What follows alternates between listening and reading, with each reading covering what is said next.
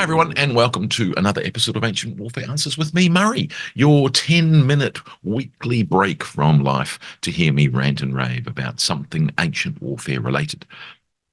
Generally, I attempt to answer a question from a commenter or a viewer or a listener, and that's the case today. I've got a question from Keith Selleck, who's asking me a question. And you could, of course, ask us a question. You can send us a postcard, send us an email, stop me in the street. I have had someone stop me in the street, very exciting, and ask me a question. Now, you, of course, can also back us on Patreon, one of three levels: Legionary, Optio, and Centurion. Just go to patreon.com/Ancient Warfare Podcast. Now, Keith's question, question for Murray, which is slightly off podcast topic, but in line with the magazine's recent coverage of the Roman army on campaign. Who or what made the decisions about where Roman army units were based or moved around the empire? I am presuming if it was a vexillation from Hadrian's Wall to York, it would be a local commander's decision. But what if it was a cohort sent from York to Gaul between adjacent provinces? Was that worked out by the military staff of the respective governors? And then what about legions moving from, say, Gaul to Syria for reasons of civil engineering projects? Was there a general staff in Rome made up of ex-field generals, gnarly old centurions and civil servants, or was it down to the emperor's senate, depending on the period to plan it? He's got a PS there about the Spartan army, which I'll cover at a different time. Yes to that, Keith, if you're listening. Now, so we don't know about a staff as such. And so those kind of analogous histories of the Roman army that used the British army of the 19th century or the Prussian army of the 19th century don't really help us there. There is no general staff as far as we know. What there is, and I think overall to answer your question here, it is this group, and that is the concilium. That is the councillors who advise the emperor. And so it is the emperor and his concilium that make these decisions. Certainly the big ones that you're talking about where legions are being moved from place to place. On other minor moving of troops, and again, we've got the Vindolander tablets telling us that, certain numbers of soldiers from X legionary fort are X. They're gone to Y, they've moved to there, they're on secondment over there. I think that kind of secondment isn't going to be, dealt with on a high level. That's commanders of legionary fortresses doing so. But I think that's, obviously within a province. And I think that probably those legionary commanders those legates are communicating with one another. They may well have had documentation to advise the governor that that's what they've done. Because if the governor then says, I want your legion, you have to say, well, actually, we've only got half the men. We've put them elsewhere. They wouldn't know unless there's a paper trail. So I think that they must have informed the governor of those sorts of movements. But I don't think they would trouble anyone else with any more than that. And I wouldn't call those vexillations. Vexillatio tend to occur from the 1st century AD onwards. And I think our best evidence for what you're talking about is in the arrangements made at Berytus or Beirut. What becomes Beirut is a Roman town of Berytus. When Vespasian is declared emperor in 69, there's an arrangement made at Berytus where Mucianus and Domitian are dispatched to Italy with vexations from several legions. And the other troops, the remaining troops, stay in Judea with Titus and Vespasian, Vespasian is going to follow on later into Italy.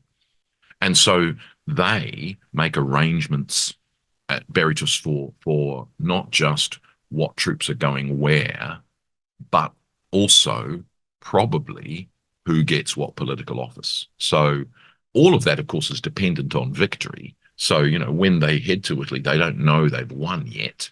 They're going to fight to win the imperial throne. But when they do win, they can put all of those appointments and vexillations in place. Now, and again, this implies the huge logistical networks of the Roman Empire. The the imperial legions that have declared for Vespasian, not just his own in the east, but the others on the Danube and on the Rhine, for instance, who have fallen out with the current emperor. Is it Otho? I think so. Or is it Vitellius? No, it's Vitellius. You've got that idea that they've also communicated that they're for Vespasian or against Vespasian. And so in that sense, you've got, well, they'll stay. That legion we don't trust anymore. They'll move. That legion we'll put somewhere else. And so I think all of those arrangements are made, and we get glimpses of that.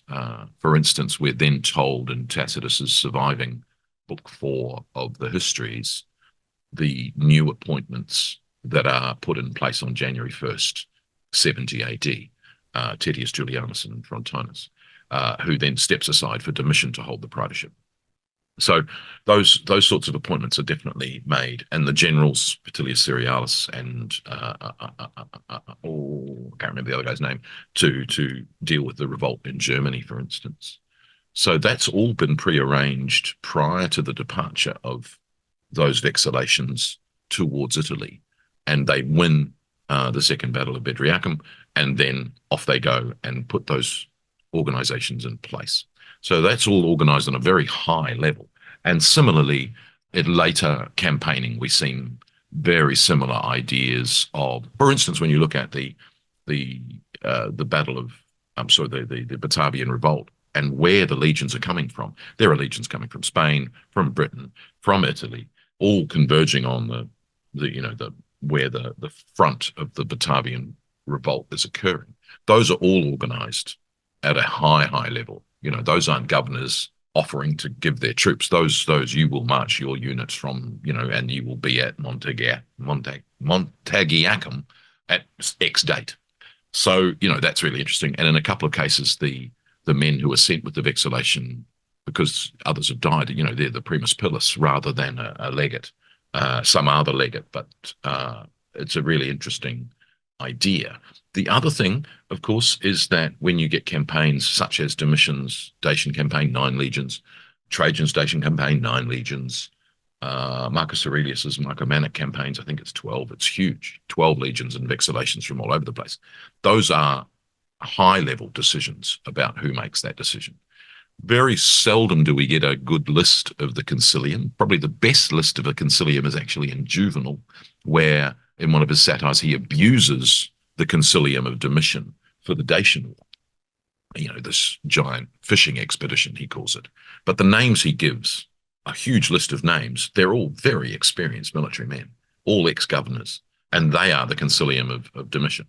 So the reality is that they're actually experienced politicians and military commanders rather than sycophants, which is the way Juvenal paints it.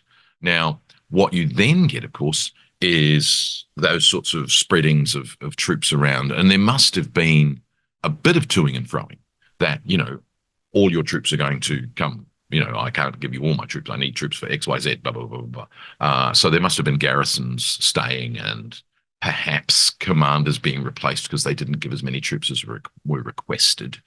We do get, for instance, later in the and I've written about it in my book, Prentice Petrania, the multiple times in the history of late Roman Britain where Britain is emptied of troops in the 380s under Magnus Maximus, in the early 4th century under Constantine III, for instance, where the 3 legions in Britain are brought back to Europe to fight. Now, in those cases, and in several other cases where we get rebellions, what you find is that the entire garrison is replaced, and those troops of untrustworthy, not trusted, are sent somewhere far away, and generally away from where they rebelled. The Batavians, for instance.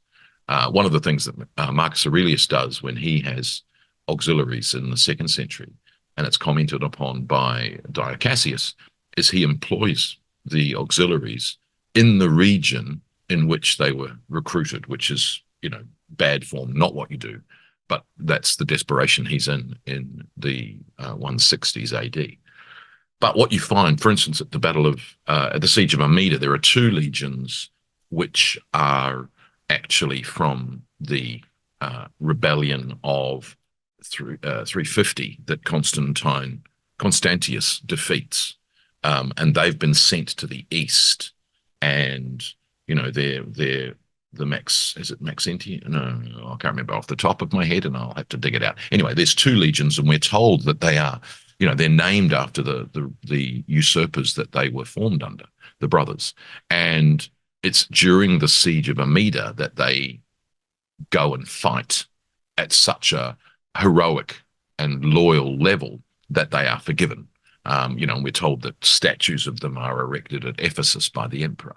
So that idea of sending troops away from their power base, away from where they rebelled, away from where they declared their loyalty for a usurper who ended up being defeated, that happens. And obviously, when we talked about the Praetorian Guard, the several the several dissolvements of the Praetorian Guard and their replacement by new Praetorians of loyal quality happens at several times. Vitellius does it, as does Septimius Severus.